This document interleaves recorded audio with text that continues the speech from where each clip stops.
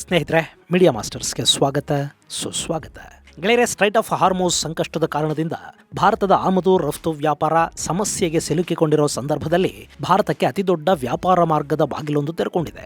ಭಾರತ ಮತ್ತು ಒಮನ್ ನಡುವಿನ ಮುಕ್ತ ವ್ಯಾಪಾರ ಒಪ್ಪಂದ ಇದೇ ಜೂನ್ 1ರಿಂದ ಜಾರಿಗೆ ಬಂದಿದೆ.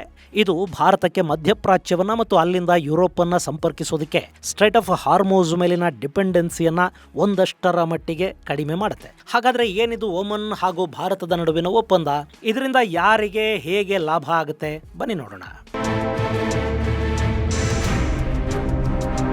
ಗೆಳೆಯರೆ, ಕಳೆದ ವರ್ಷಾಂತ್ಯದಲ್ಲಿ ಭಾರತ ಒಮನ್ ಜೊತೆ ಕಾಂಪ್ರಹೆನ್ಸಿವ್ ಎಕನಾಮಿಕ್ ಕೋಆಪರೇಷನ್ ಅಗ್ರಿಮೆಂಟ್ ಸಿಪಾಗೆ ಸಹಿ ಹಾಕ್ತು. ಅವತ್ತಿಗೆ ಒಮನ್ ಜೊತೆಗಿನ ಈ ಒಪ್ಪಂದ ಸಹಜವಾದ ವ್ಯಾಪಾರ ಒಪ್ಪಂದ ಅಂತ ಅನ್ನಿಸ್ಕೊಳ್ತಾ ಇತ್ತು. ಜೊತೆಗೆ ಇದು ಮುಂದೆ ಭಾರತ ಹಾಗೂ ಯುರೋಪ್ ನಡುವೆ ಆಗಲಿರುವ ಐಮೆಕ್ಗೆ ಅನುಕೂಲವನ್ನ ಮಾಡಿಕೊಡುತ್ತೆ ಅಂತ ಮಾತ್ರ ಅನ್ನಿಸ್ತಾ ಇತ್ತು. ಆದ್ರೆ ಈ ಒಪ್ಪಂದಕ್ಕೆ ಸಹಿ ಬಿದ್ದ 2 ತಿಂಗಳಲ್ಲಿ ಇರಾನ್ ಅಮೆರಿಕ ಯುದ್ಧ ಶುರುವಾಯಿತು. ಸ್ಟ್ರೈಟ್ ಆಫ್ ಹಾರ್ಮೋಸ್ ಬಂದಾಯ್ತು. ಅಲ್ಲಿಂದ ತೈಲ ಮತ್ತು ಗ್ಯಾಸ್ ತುಂಬಿದ ಹಡಗುಗಳ ಸಂಚಾರ ದುರ್ಗಮ ಅನಿಸಿ ಜಾಗತಿಕವಾಗಿ ತೈಲ ಬೆಲೆ ಏರಿಕೆ ಆಗ್ತಾ ಹೋಯ್ತು. ಗ್ಯಾಸ್ ಟ್ರಬಲ್ ಶುರು ಆಯಿತು. ಇಷ್ಟೆಲ್ಲ ಆದ್ಮೇಲೆನೆ ಒಮನ್ನ ಮಹತ್ವ ಹಾಗೂ ಅದರ ಜೊತೆಗಿನ ಒಪ್ಪಂದ ಭಾರತಕ್ಕೆ ಮುಂದೆ ಏನೆಲ್ಲಾ ಲಾಭಗಳನ್ನ ಮಾಡಿಕೊಡಬಹುದು ಅನ್ನೋದು ಅರ್ಥ ಆಗೋದಕ್ಕೆ ಶುರುವಾಗಿತ್ತು. ಗೆಳೆಯರೆ, ಹಾರ್ಮೋಸ್ ಬಂದ್ ಆದ ನಂತರ ಇರಾಕ್ ಸೇರಿದಂತೆ ಈ ಭಾಗದ ದೇಶಗಳ ಜೊತೆ ತೈಲ ಗ್ಯಾಸ್ ವ್ಯಾಪಾರ ಜಗತ್ತಿಗೆ ಕಷ್ಟ ಆಗ್ತಾ ಹೋಗ್ತಾ ಇದೆ. ಅಲ್ಲಿ ಯಾವುದೇ ಹಡಗು ಸಂಚರಿಸಬೇಕು ಅಂದ್ರೂ IRGC ಅನುಮತಿಯನ್ನು ತಗೋಬೇಕು. ಹಾಗೆ ಅಲ್ಲಿನ ಬಹುತೇಕ ಸಮುದ್ರ ಮಾರ್ಗದಲ್ಲಿ ಅವರು ಸ್ಫೋಟಕಗಳ ಜಾಲ ಹರಡಿದ್ದಾರೆ. ಹೀಗಾಗಿ IRGC ಹೇಳಿದ ಮಾರ್ಗದಲ್ಲೇ ಹಡಗುಗಳು ಸಂಚರಿಸಬೇಕು.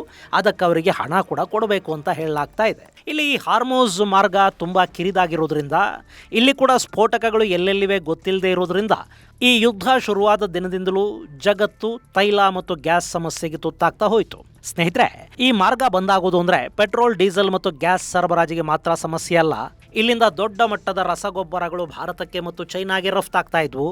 ಈಗ ಅದರ ಸರಬರಾಜು ನಿಂತಿದೆ. ಮೆಡಿಕಲ್ ಇಂಡಸ್ಟ್ರೀಸ್ಗೆ ಬೇಕಾದ ಒಂದಷ್ಟು ಕೆಮಿಕಲ್ಸ್, ಚಿಪ್ಪುಗಳನ್ನು ತಯಾರು ಮಾಡೋದಕ್ಕೆ ಬೇಕಾದ ಸಾಮಗ್ರಿಗಳು ಇವು ಕೂಡ ಅರಬ್ ದೇಶದಿಂದ ರಫ್ತಾಗ್ತಾ ಇದ್ವು. ಈಗ ಅವು ಕೂಡ ಸಿಗ್ತಾ ಇಲ್ಲ. ಸೊ ಈ ಮಾರ್ಗದಲ್ಲಿ ಉಂಟಾಗಿರೋ ಅಡಚಣೆ ಈಗ ಜಗತ್ತನ್ನ ಕಾಡೋದಕ್ಕೆ ಶುರು ಮಾಡಿದೆ. ಅದು ಯಾವಾಗ ಸರಿ ಹೋಗುತ್ತೋ ಗೊತ್ತಿಲ್ಲ. ಸರಿ ಹೋದ್ರೂ ಕೂಡ ಅಲ್ಲಿನ ಸಮುದ್ರ ಮಾರ್ಗದಲ್ಲಿನ ಮೈನ್ಸ್ ಕ್ಲಿಯರ್ ಮಾಡೋ ಕೆಲಸ ಆಗದೆ ಇದ್ರೆ ಅಪಾಯ ತಪ್ಪಿದ್ದಂತೂ ಅಲ್ಲ. ಇಂಥ ಸಂದರ್ಭದಲ್ಲಿ ಭಾರತಕ್ಕೆ ಇಲ್ಲಿ ಇನ್ನೂ ಒಂದು ವ್ಯಾಪಾರ ಮಾರ್ಗ ಅಥವಾ ಹಾರ್ಮೋಸ್ಗೆ ಪರ್ಯಾಯವಾದ ಮಾರ್ಗವೊಂದು ತೆರೆಕೊಳ್ತಾ ಇದೆ. ಅದೇ ಒಮನ್ ಹಾಗೂ ಭಾರತದ ನಡುವೆ 2025ರ ಡಿಸೆಂಬರ್ 18ನೇ ತಾರೀಕು ಸಿಪಾಗೆ ಸಹಿ ಬಿತ್ತು. ಭಾರತದ ಪ್ರಧಾನಿ ನರೇಂದ್ರ ಮೋದಿ ಮತ್ತು ಒಮನ್ನ ಸುಲ್ತಾನ್ ಹೈತಮ್ ಬಿನ್ ತಾರಿಕ್ ಅಲ್ ಸೈದ್ ಅವರ ಸಮ್ಮುಖದಲ್ಲಿ ಮಸ್ಕತ್ ಅಲ್ಲಿ ಈ ಒಪ್ಪಂದಕ್ಕೆ ಸಹಿ ಹಾಕಲಾಯಿತು. ಈಗ ಅದು ಎಲ್ಲ ಪ್ರಕ್ರಿಯೆಗಳನ್ನ ಮುಗಿಸ್ಕೊಂಡು 2026ರ ಜೂನ್ 1ರಿಂದ ಜಾರಿಗೆ ಬಂದಿದೆ. ಈ ಒಪ್ಪಂದದಲ್ಲಿ ಏನಿದೆ, ಅದರಿಂದ ಆಗುವ ಲಾಭ ಏನು ಅನ್ನೋದನ್ನ ಹೇಳೋ ಮೊದಲು ನಿಮಗೆ ಒಮನ್ ಬಗ್ಗೆ ಸ್ವಲ್ಪ ಮಾಹಿತಿಯನ್ನು ಕೊಟ್ಟು ಬಿಡ್ತೀನಿ. ಗೆಳೆಯರೆ, ಒಮನ್ ಅಂದ್ರೆ ನೀವಿಲ್ಲಿ ಮ್ಯಾಪಲ್ಲಿ ನೋಡ್ತಾ ಇದ್ದೀರಲ್ಲ, ಇದು ನೋಡೋದಕ್ಕೆ ತುಂಬಾ ಚಿಕ್ಕ ಅರಬ್ ದೇಶ. ಆದ್ರೆ ಭೌಗೋಳಿಕವಾಗಿ ಇದು ಕೂತಿರೋ ಜಾಗ ಇದೆಯಲ್ಲ, ಅದಕ್ಕೆ ತುಂಬಾನೇ ಮಹತ್ವ ಇದೆ. ಇದನ್ನ ಅಧಿಕೃತವಾಗಿ ಸಲ್ತನತ್ ಆಫ್ ಒಮನ್ ಅಂತ ಕರೀತಾರೆ. ಇದು ಅರಬ್ ಜಗತ್ತಿನ ಅತ್ಯಂತ ಹಳೆಯ ಸ್ವತಂತ್ರ ದೇಶ. ಅರೇಬಿಯನ್ ಪೆನಿನ್ಸುಲಾದ ಆಗ್ನೇಯ ಕರಾವಳಿಯಲ್ಲಿರುವ ಒಮನ್ UAE, ಸೌದಿ ಅರೇಬಿಯಾ ಮತ್ತು ಯೆಮನ್ಗಳ ಜೊತೆ ಗಡಿ ಹಂಚಿಕೊಳ್ಳುತ್ತೆ.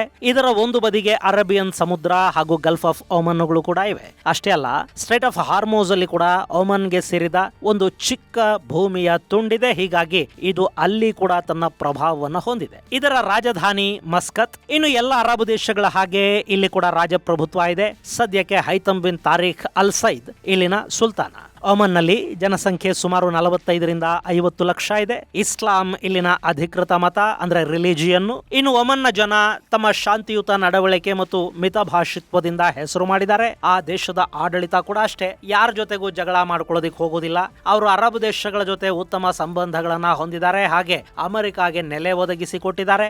ಇರಾನ್ ಜೊತೆ ಕೂಡ ಅವರಿಗೆ ಉತ್ತಮ ಬಾಂಧವ್ಯಗಳಿವೆ. ಕಚ್ಚಾ ತೈಲ ಮತ್ತು ನೈಸರ್ಗಿಕ ಅನಿಲ ಇಲ್ಲಿನ ಆರ್ಥಿಕತೆಯ ಪ್ರಮುಖ ಮೂಲ. ಆದ್ರೂ ಪ್ರಸ್ತುತ ಒಮನ್ ಪ್ರವಾಸೋದ್ಯಮ, ಮೀನುಗಾರಿಕೆ ಮತ್ತು ಕೈಗಾರಿಕೆಗಳ ಕಡೆಗೆ ಕೂಡ ದೊಡ್ಡ ಮಟ್ಟದಲ್ಲಿ ಗಮನ ಹರಿಸ್ತಾ ಇದೆ. ಇನ್ನು ಭಾರತ ಹಾಗೂ ಒಮನ್ ನಡುವಿನ ಸಂಬಂಧಕ್ಕೆ ಸುಮಾರು 5,000 ವರ್ಷಗಳಷ್ಟು ಪುರಾತನ ಇತಿಹಾಸ ಇದೆ. ಶಕಪೂರ್ವ 3000ಕ್ಕೂ ಮೊದಲು ಭಾರತದ ಸಿಂಧೂ ನಾಗರಿಕತೆಯ ಜನ ಮತ್ತು ಒಮನ್ನ ಜನರ ನಡುವೆ ಸಮುದ್ರ ವ್ಯಾಪಾರ ಆಯಿತು. ಅವತ್ತಿಗೆ ಈ ಒಮನ್ ಅನ್ನ ಮಗನ್ ಅಂತ ಕರೀತಾ ಇದ್ರು. ಭಾರತದಿಂದ ಮಸಾಲೆ ಪದಾರ್ಥಗಳು, ಜವಳಿ ಮತ್ತು ಮರಗಳನ್ನ ಒಮನ್ಗೆ ಸಾಗಾಟ ಮಾಡಲಾಗ್ತಾ ಇತ್ತು. ಅಲ್ಲಿಂದ ತಾಮ್ರ ಮತ್ತು ಸುಗಂಧ ದ್ರವ್ಯಗಳನ್ನ ಭಾರತ ಆಮದು ಮಾಡಿಕೊಳ್ತಾ ಇತ್ತು. ಇನ್ನು 18ನೇ ಶತಮಾನದಲ್ಲಿ ಮೈಸೂರಿನ ಟಿಪ್ಪು ಸುಲ್ತಾನ್ ಒಮನ್ನೊಂದಿಗೆ ಅತ್ಯಂತ ನಿಕಟ ರಾಜತಾಂತ್ರಿಕ ಸಂಬಂಧಗಳನ್ನು ಹೊಂದಿದ್ದ.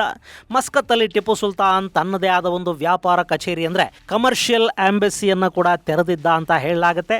ಮೈಸೂರಿನ ರೇಷ್ಮೆ ಮತ್ತು ಶ್ರೀಗಂಧಕ್ಕೆ ಒಮನ್ನಲ್ಲಿ ಭಾರಿ ಬೇಡಿಕೆ ಇತ್ತು. ಇನ್ನು ಗುಜರಾತ್ನ ಕಚ್ ಮತ್ತು ಮುಂಬೈನ ವ್ಯಾಪಾರಿಗಳು 100 ವರ್ಷಗಳ ಹಿಂದೆನೆ ಒಮನ್ಗೆ ಹೋಗಿ ನೆಲೆಸಿದ್ರು. ಒಮನ್ನಲ್ಲಿರುವ ಭಾಟಿಯಾ ಸಮುದಾಯದ ಗುಜರಾತಿ ಕುಟುಂಬಗಳು ಅಲ್ಲಿನ ಆರ್ಥಿಕ ಬೆಳವಣಿಗೆಯಲ್ಲಿ ಪ್ರಮುಖ ಪಾತ್ರವನ್ನು ವಹಿಸಿವೆ.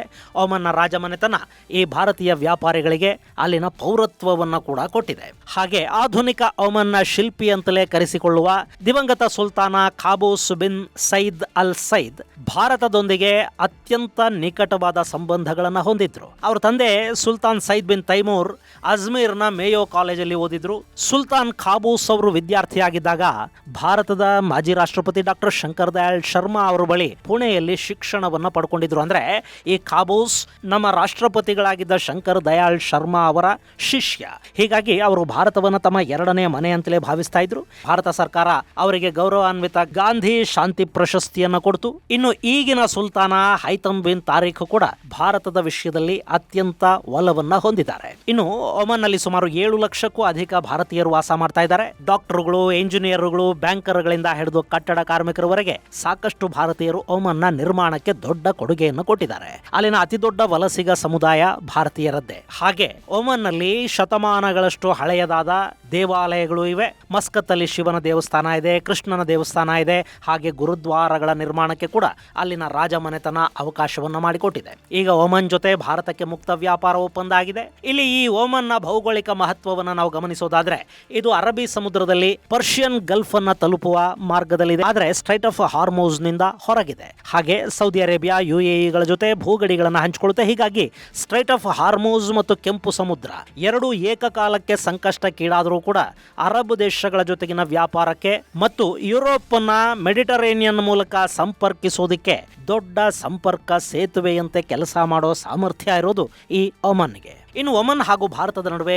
ಈಗಾಗಿರುವ ಒಪ್ಪಂದ ಎರಡೂ ದೇಶಗಳ ನಡುವಿನ ವ್ಯಾಪಾರವನ್ನ ಮತ್ತಷ್ಟು ಹೆಚ್ಚು ಕೂಡ ಮಾಡುತ್ತೆ. ಗೆಳೆಯರೆ, ಭಾರತ ಹಾಗೂ ಒಮನ್ ನಡುವೆ ಸುಮಾರು $11 ಬಿಲಿಯನ್ ನಷ್ಟು ವ್ಯಾಪಾರ 2025ರಲ್ಲಾಗಿತ್ತು.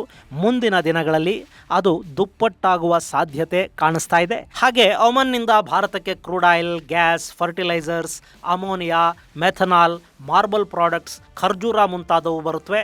ಇನ್ನು ಭಾರತ ಕೂಡ ಅಲ್ಲಿಗೆ ಆಹಾರ ಪದಾರ್ಥಗಳನ್ನು ಕಳುಹಿಸಿಕೊಡುತ್ತೆ.